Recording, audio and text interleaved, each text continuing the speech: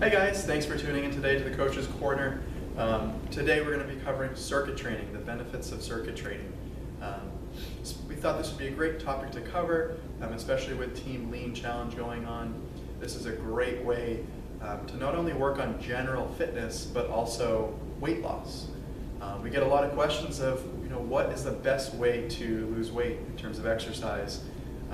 And to really get the best bang for your buck, circuit training is phenomenal because you're getting the strength component as well as the cardiovascular component, because you're doing a circuit of exercises with very little rest in between. You're just going from one exercise to the next. So great stuff coming. What we're going to do is actually cover 6 different movements. The first one will be a upper body pushing exercise. Then we'll do a pulling exercise, a lower body dominant exercise involving the knee, a lower body dominant exercise for the hip, a core exercise, and then also more of a cardiovascular component as well to really get your heart rate up. So really fun stuff. Hope you enjoy it. Hey guys, your first circuit is push-ups. If you are new to this exercise, the higher elevation that you start at, the easier it's going to be. So here you're about like 3 feet. If you need to go higher, like on a bed, a dresser, that's fine. What you're going to do, make sure you're pushing your shoulders up towards the ceiling, your belly's engaged. I'm on my toes. Lead with the chest. A lot of people are going to tend to dip the hips or go all the way up. That's not what we want. All the way down, pushing up through the triceps. All right, and once you bring it down, you feel comfortable going down to the floor once you've done all the different levels of inclines. All right, keeping those shoulders pressed up towards the ceiling, leading with your chest, coming all the way down, all the way up. None of this and none of that. All right, have fun, guys. Next, we're going to go over an upper body pulling exercise. So for a beginner, we're going to start with a single armed bent over row, leaning on something for support. So what you want to do is keep your back flat, chest up by squeezing the shoulder blades. And then you want to pull the dumbbell up with your elbows going straight back. Keep your body in line, okay? I'm going to show you from the front. You don't want to have your shoulders coming up like this, all right? You want to keep your shoulders completely parallel to the ground as you're doing the motion. The next level can be a bent over row using both arms. You want to squeeze your shoulder blades, hinge at the hips, keeping your chest up, and roll the dumbbells. Keeping your shoulder blades squeezed, elbows punching back.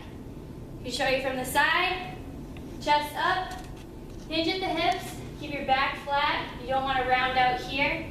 Nice and tight, punch the elbows back. For a more advanced exercise, this is the renegade row. You're in a push-up position, shoulder blades squeeze at the top, back flat. You're going to bring your arm up, just as you were doing the same motion before. Keeping your hips parallel to the floor. You don't want to make your shoulders go up and your hips go up. Keep shoulders and hips parallel to the floor and in line. Here.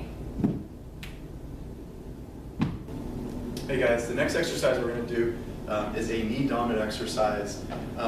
You can think of this as a squat. You've probably seen this or done this before. So body weight squat, you're going to stand with your feet about hip width apart, toes slightly turned out. You're going to sit your hips back and down as if you're going to take a seat in a chair. As you do that, you're going to raise your arms forward just to keep your posture too, okay? So core is tight. I'm going to sit back, reach my arms out, get into about 90 degrees here at the knee, and then back up, okay? Good, inhale down, exhale up, like so. Showing you from the side, same movement, nice and tall, sit back up, sit back up, okay? A good progression that you can do is bring it into a unilateral movement. The first one we'll do is just a split squat. So we're going to get into a staggered stance like so. Feet are nice and straight, back foot slightly out to the side, okay? Nice and tall, just like you were with the other squat. We're going to bring our hands behind our head here, and we're going to simply lower down right before the knee touches the floor, and then back up nice and tall. Good posture, nice and tall, down, and up. Really drive through that front heel, like so, okay? Next exercise, taking another step, adding a little bit of instability to it.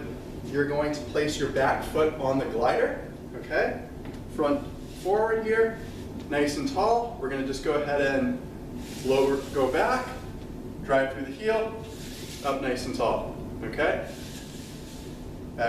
Back here, raise this arm just for, again, the posture, and then back up. All right, have fun with it. Hey guys, this is your cardio piece. So for beginners, you're gonna march, all right? Keeping that core nice and tight, shoulder blades back. Intermediate, you're gonna go high knees, staying on the balls of your feet.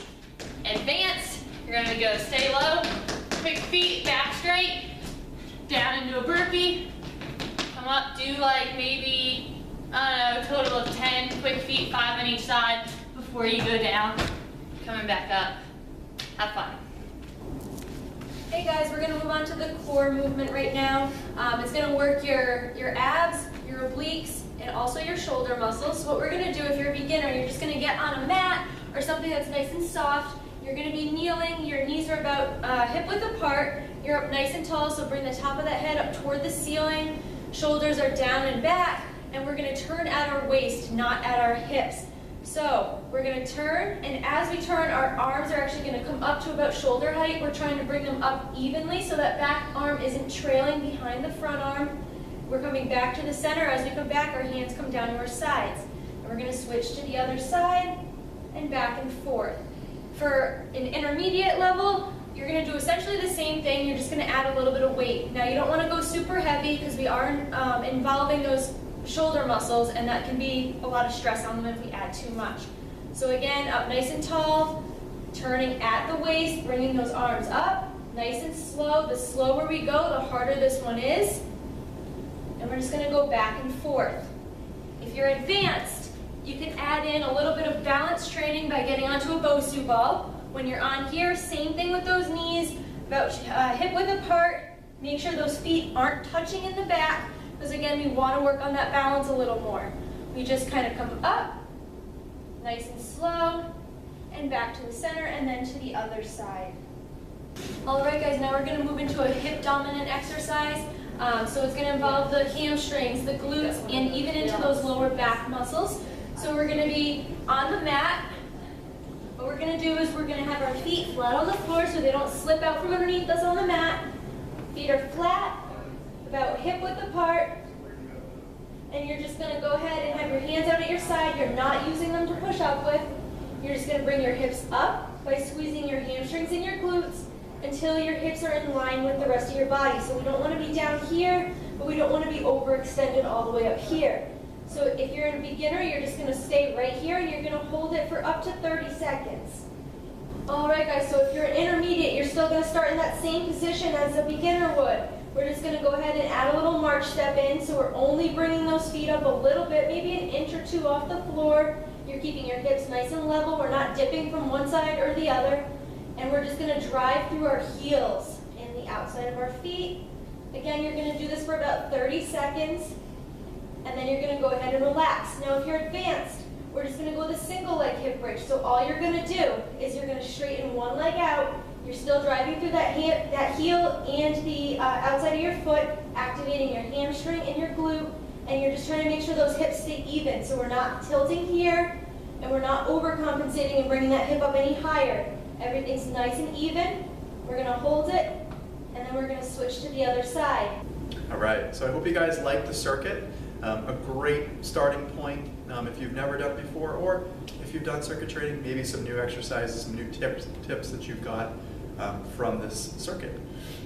What I would recommend if you're a beginner, maybe start with 30 seconds per exercise, resting as little as you can. Listen to your body, of course. If you need more rest, please do so.